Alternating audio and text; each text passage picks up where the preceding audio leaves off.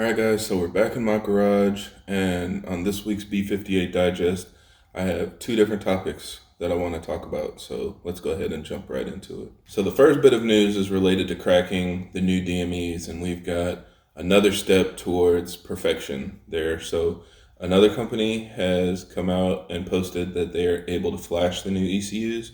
They're able to access the tables and modify it and flash tune files to it. So of course, this is really big news. But a lot of people have asked me, what does this really mean? How does it work? You know, obviously it's not like boot mode or MHD or some of like the major tuners that a lot of us are used to. So people are just curious, what does this mean for me? So I did some research on the company, and keep in mind, I'm not a tuner, I'm not a software engineer, so I don't have any experience working with them directly, but I did just reach out to them and ask a bunch of questions and do some research online. So I'll share that information with you guys. And of course, if there are other people that have a lot more experience working with them or anything, feel free to leave a comment down below. But these guys have been in business for a while. It looks like a little over 10 years. And they were primarily focused on updating iDrive modules in the past, so they could update your maps or add access to, Apple CarPlay and things like that. And eventually they increased their capabilities to being able to do coding and advanced software solutions. So now they're able to, code your transmission, your DME, all of that. And then of course they're able to flash tunes to a lot of different DMEs. Now this is software that's more commonly used by tuners because it's a way that you can flash software to your car. It's very similar to boot mode and MHD and MG Flasher, where it's basically just a tool to transfer a tuning file from, your computer or from your tuner to your car. So in this instance, they're not actually able to send you software updates that you can flash in your garage. They just have the tool in-house, and if you ship your ECU to them, they can flash a map to your ECU and then send it back. So that's how the process works for those of you that are curious. They have the tool in-house, but it's not something that you can flash through the OBD at home. And from what I've seen, they haven't even released like a bench unlocking tool that you can do yourself yet. So it's still like kind of early in the development stages as far as tuning, but it's much better than any other option that we have. So I think a lot of people will jump on this. You've probably seen some tuners show that they're now offering tuning solutions for the newer ECUs.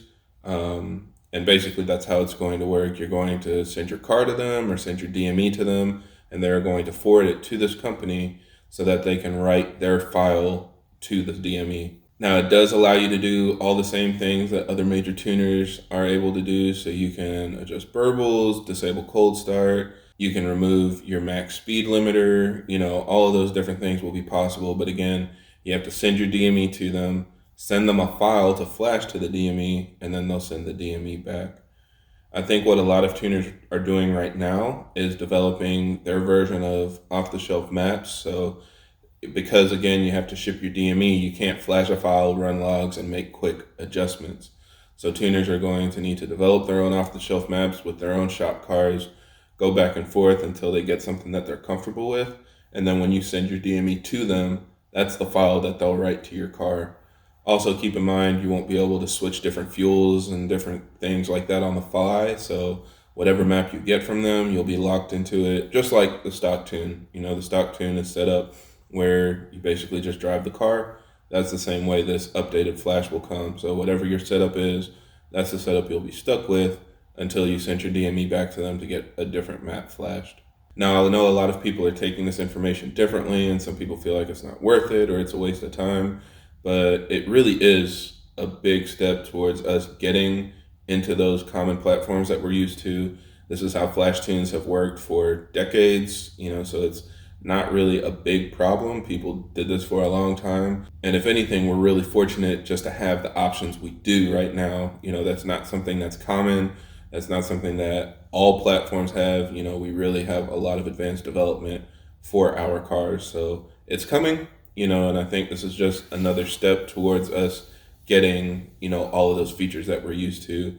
I definitely think it's something that we'll get before the end of the year, if not in the next couple months from some of the major tuners. So that's how it works. And again, if you have more questions, you can reach out to them directly. They responded to my messages on Instagram and answered all of my questions. So I think this is something that for most people like me that aren't tuners, it's a pretty good option, especially if you just want a flash tune. You can get software that'll give you much better consistency and reliability than a piggyback until we're able to get better options from the other major tuners.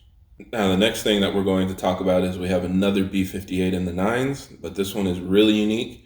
It's a rear-wheel drive M140, and it does not have a built engine or an upgraded transmission. So stock block, stock trans, running a 9.8. Here's the video for anybody that wants to see it.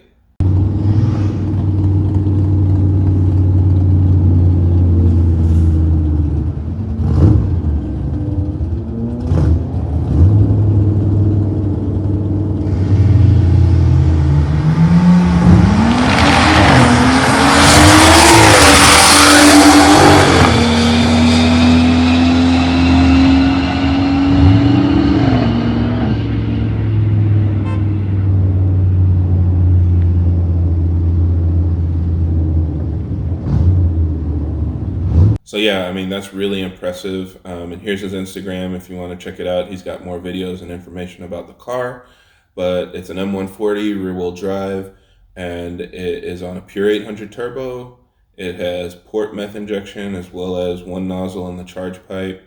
It is on a Hoosier, so it's on a proper tire, and it does have a lot of weight reduction. So it pretty much just has the driver's seat and the dashboard, but he pulled out, all the seats. I think even the door cards as well, just to get the weight down.